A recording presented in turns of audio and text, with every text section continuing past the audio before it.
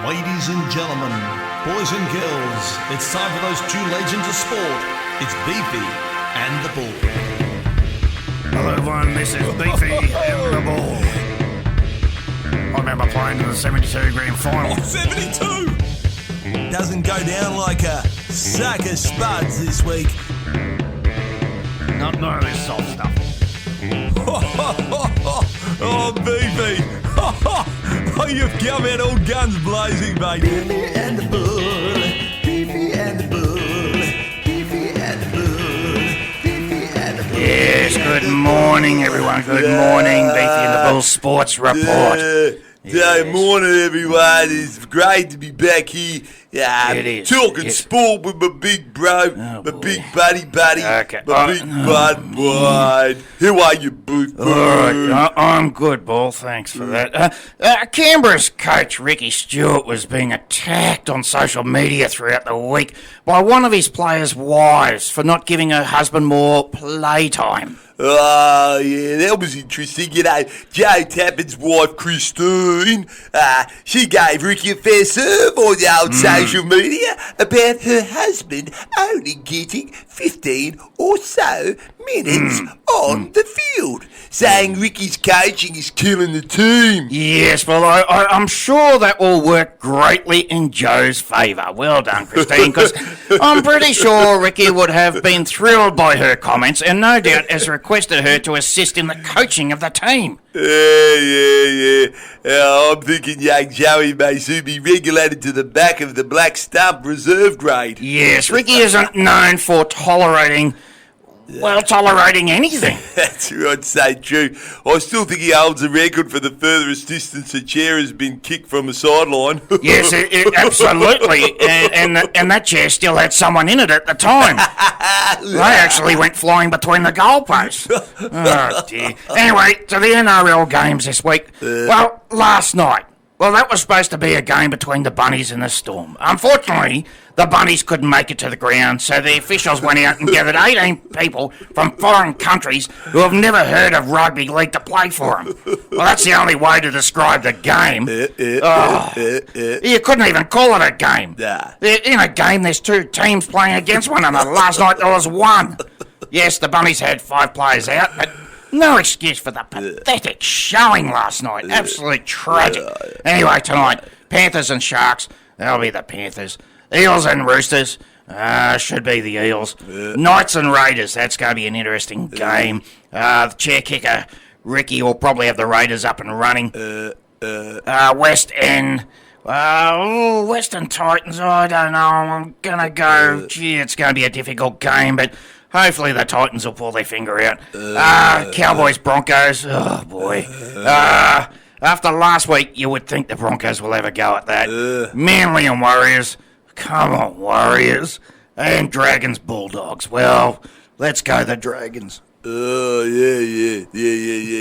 I tell you what, I'm going to go with the AFL tips now for this week, ladies and gentlemen. Starting off with tonight, Richmond versus Geelong. And ladies and gentlemen, I do believe the Tigers after last week have turned the table. What a third quarter they had. And they've really turned it around. So pick Richmond tonight. Gold Coast versus St Kilda. Gold Coast on fire. Last week, they smashed Collingwood down at the G, which no one was expecting. No one. Putting lots of pressure on Nathan Buckley as the coach of Collingwood.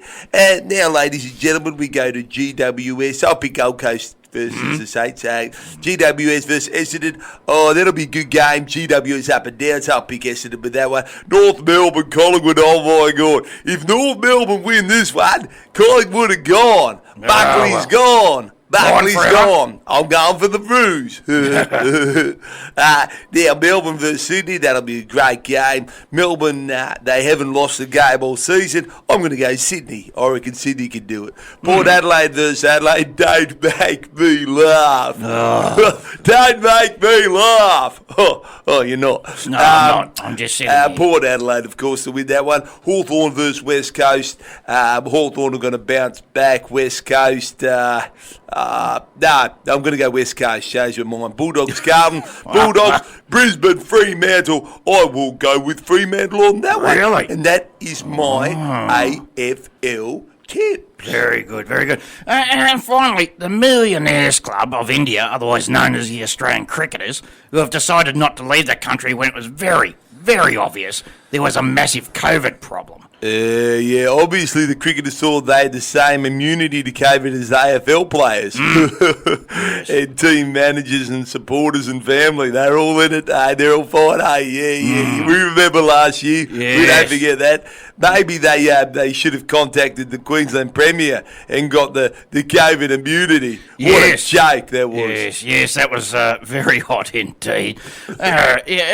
Maybe they should have anyway, but after staying in India after dozens of warnings, they're now being locked out of Australia and have now started whinging and whining that the Australian government should bring them home. But Mr. Morrison, our Prime Minister, said too bad, and they would have to sit it out in India for the rest of their lives. Or a while, anyway. That's correct, Paul, but it looks like the poor millionaire cricketers will now have to suffer quarantine in the Maldives. Yes, the Maldives. Those poor men. They will have to suffer sunny beaches, room service, resort facilities, and the sand will be waited on hand and foot. How will they ever manage? I know, my heart bleeds for them. Anyway, they're soft. Well, not hard, I know. soft. Well, you go back to when you weren't allowed back into the country, back in bloody 84. That was a number of times. Oh, yeah, absolutely. In the great flu season of Switzerland. And, yes. I think I pronounced that right. And you were over there, I think well. it was toe wrestling, wasn't it? And I tell you what, in Switzerland, they didn't exactly look after you. I remember you getting on the dog and boat to me, and you said, "Look, I'm outside. It's snowing." But did you win? No. Did you complain? No. No, you got on with it. You and your toes. That's right. Hard, not soft. Absolutely. Yep, and I won the toe wrestling championship that year too. And you also lost 2 toes to frostbite. Frostbite, But yes. hey, did I ever hear you complain? No. That is correct. And you eventually got back in the country. I did, yes. I was Good old smuggled Menzies. in a In a suitcase. well, yes. It was a weird looking suitcase too. It was the biggest suitcase I've ever seen. And it was all this white powdery stuff in there too. It was weird. And Very strange. I had to learn how to speak Colombian, but anyway, I got in. Did you ever complain? No, I did not. You didn't. I remember you coming off at the airport. I opened up the case, and you were so hot. Like you were so excited. You were so excited, and you were covered in that white powder. And you were like, "Oh, I'm just happy to be back." Yeah. And then you just ran off and jumped in the water. And I thought he loves his country. Yes, I ran for about 3 days straight. Anyway, that's it this week for As we Sport. always say, sport waits for nobody. See you next week, everybody.